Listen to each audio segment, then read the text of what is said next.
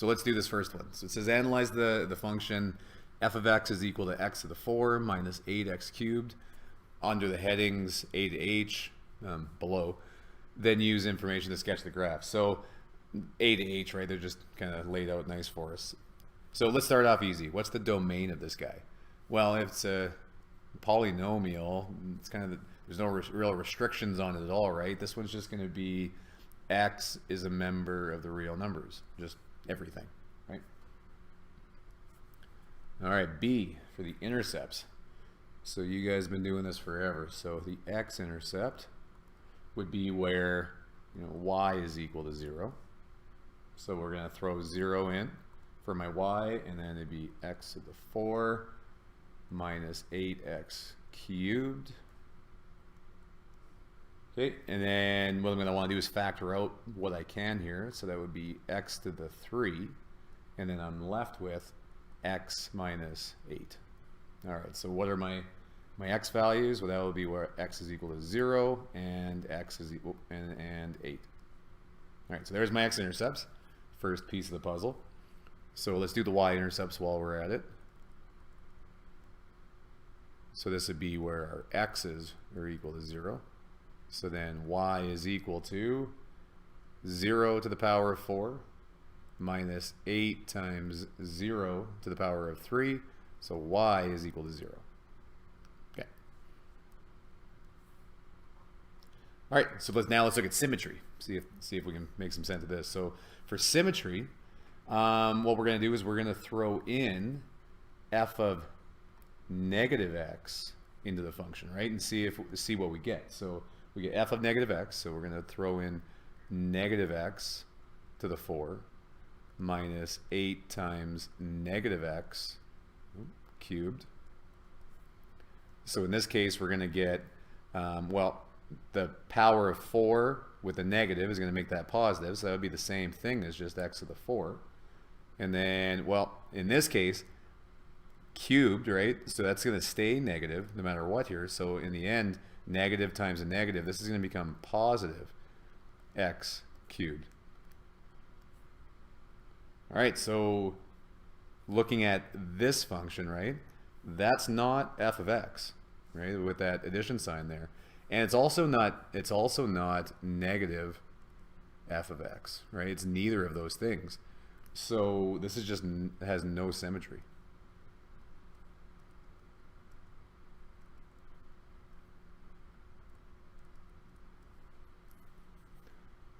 All right, we're flying. All right, so the asymptotes. So asymptotes for this one, well, it's not a rational function. There actually is none, right? So we'll say dne does not exist.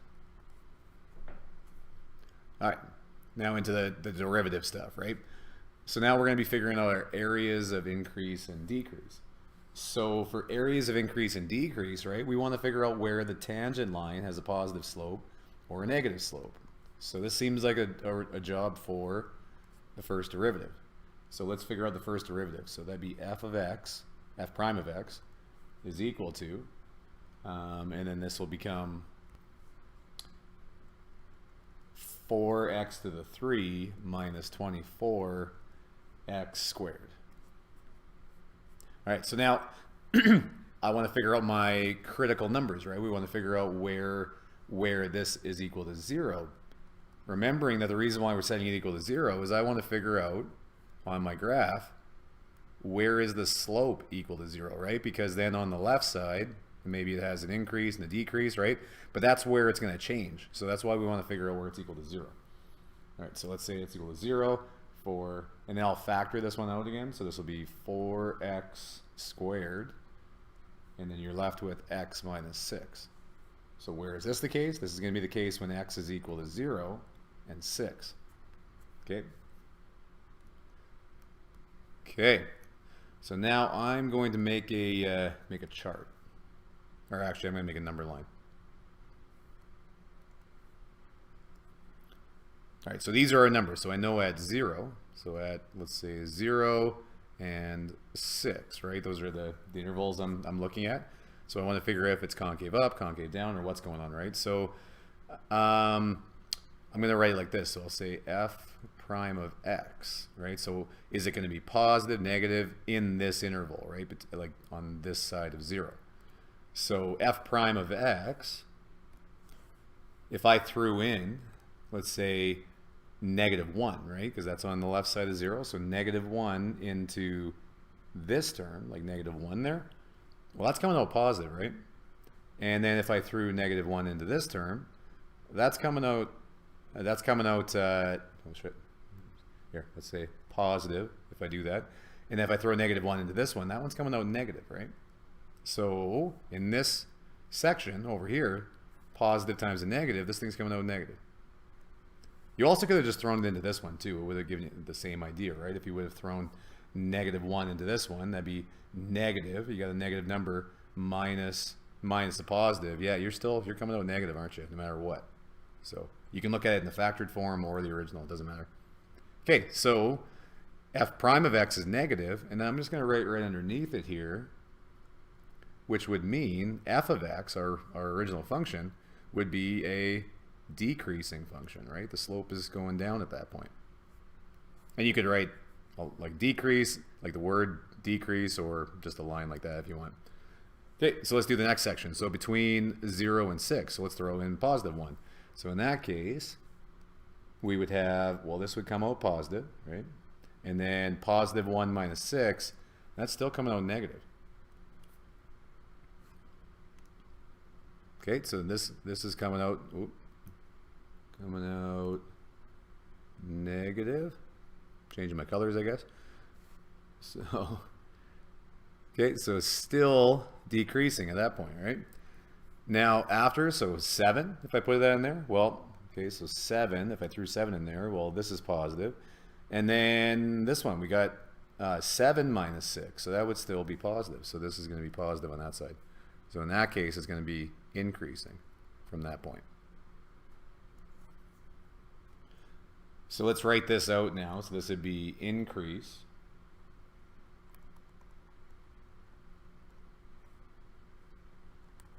on, sorry, my pen's a little off, on, and it's going to be from negative infinity.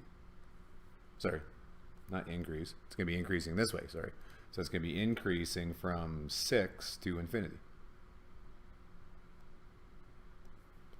And it's going to decrease on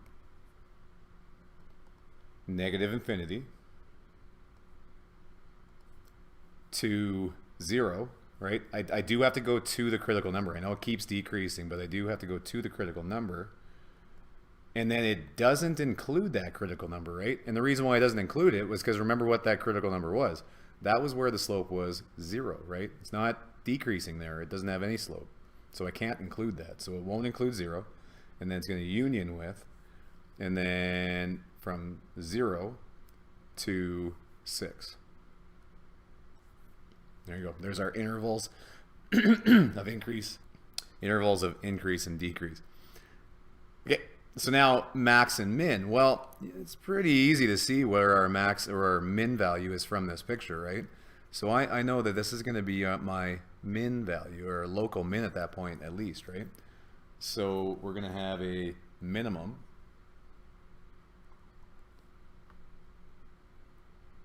at x is equal to 6. And that's because it's decreasing here, it's increasing there. Has to be, right? That has to be the case. So if you plug into the original function, into f of x, right? So here, let's maybe do it right. So f of x, the original one was x to the 4 minus 8x to the 3. So then we'll plug in 6. So then f of 6. And then hopefully you guys just believe me, if you plug that in, we get negative 432, which is fitting with our picture of this being a minimum too, isn't it, right? That's a very low number. That seems like it would be like a minimum value. Okay. All right, moving on. Concavity. Okay, so for concavity, we're thinking second derivative, right? That's where it's going to tell us our area, our intervals of concavity, concave up or concave down, right? So let's figure out the second derivative. So these ones are pretty straightforward. So the second derivative, so f double prime of x is equal to 12x squared minus 48x. So then I'm going to set this equal to 0. Okay. And let's remember what that is. So setting this equal to 0 is going to be an area where this thing goes from, let's say, concave up, right? So it's in like the in-between concave up to concave down, right? Because if it's set equal to 0, then it's neither concave up or concave down. So that's going to be our critical number for where the switch happens. Okay, so that's what we're going to do first. We're going to set it equal to 0. So I'll factor this one now too. So this would be 12x and then x minus 4. So then our critical numbers here are x is equal to 0 and 4. All right, now I'm going to make another number line. And we're going to put these numbers on, right? So I've got the point 0 and the point 4. Right. So let's now see if we threw in -1, right? -1 into either of these. So if I threw -1 into this one, then that would come out negative. And if I threw -1 into this one, that's going to come out negative, right? So this is going to be an area where the second derivative, where f double prime of x is positive. Okay, now what is that telling me? That tells me that the graph of f of x, the original function, is going to be concave up at that point. And if you want to put a little u there to kind of remind yourself, that's fine, or cu sometimes, right? Concave up, either way. Okay, now let's go to the next interval. So between 0 and 4, so let's throw in the number 1. So if we did that, that would be 1, or not 1, that would be positive.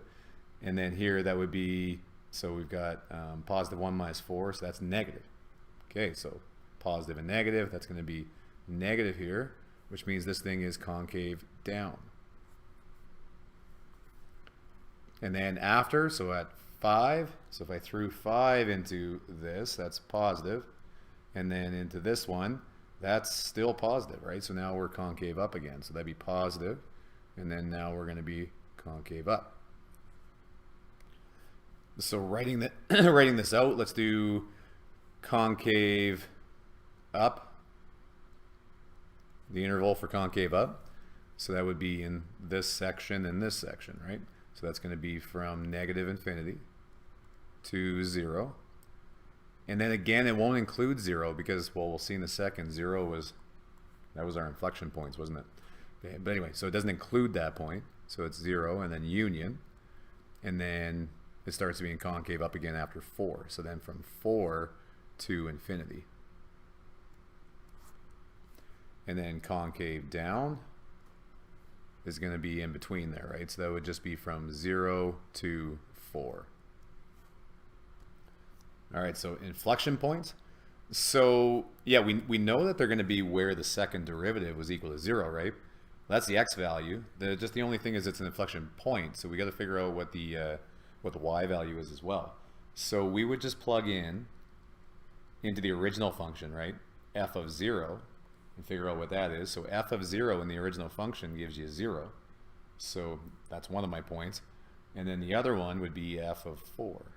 So if you threw in f of 4, you get -256. So therefore, we have a point of inflection at 0, 0 and 4, comma, -256. Okay, we did it. We just need to sketch it. So I guess we didn't do it. We're still doing it. Okay, so let's figure out what we've done here, right? So let's go back. Let's look at our x-intercepts and y-intercept. That's a good place to start. So we found we had x-intercepts at 0 and 8 and a y-intercept at 0, which makes sense. So we know that we're going to have right here as a point, right at the origin. And then we're also going to have it at 8. So 1, 2, 3. So there and there. All right, next next helpful thing to think about is, well, just what type of function we have, right? So we've been doing this for a while. This is a fourth degree polynomial. We know what those do, right? Those start high and they end high, right? Because there's a positive out front too, so we know it's opening up. Okay, so we know that that's the case. So let's see, that'll help us. So we know that this thing is starting here, ending probably on the other side over here now. Okay. We also, the next one might be a good one, is the minimum, right? So let's look at where our minimum was. Sorry for the scrolling here. So we said at the point 6 comma negative 432, right, was our minimum. Okay, so let's plot that one. So it looks like our y scale is going to have to be different here, right? So let's make our scale going down, like maybe this is negative 100. And then negative 200, negative 300. Okay, so sorry, what did I say that was? Negative 432. Whoop. So negative 400. Okay, so then negative 432, and it was at 6, right? So 1, 2, 3, 4, 5, 6. And then down to somewhere around there. All right, I can almost picture what's happening, what's going to happen here, right? So now let's look at our points of inflection, right? That'll tell us a little bit more of the story. So our points of inflection, we're at 0, 0. Okay, well that kind of makes sense, doesn't it, right? So if this is 0, 0, this thing's going to be starting high, coming down. It's concave up, concave up, concave up, which is fitting with our picture, right? From 0 to, or negative infinity to 0. And then it starts becoming concave down, right? So at this point, it starts going concave down. And then, okay, let's kind of stop there because our next point of inflection would be at 4, negative 256. So let's plot that point. So at 4, negative 256. So maybe like there. So I'm going to make this thing concave down up until that point. Maybe I'll do a bit more. Right? And then at that point, it turns around, right? Then it starts to go concave up. Hits our minimum. And then up. There you go. We sketched it.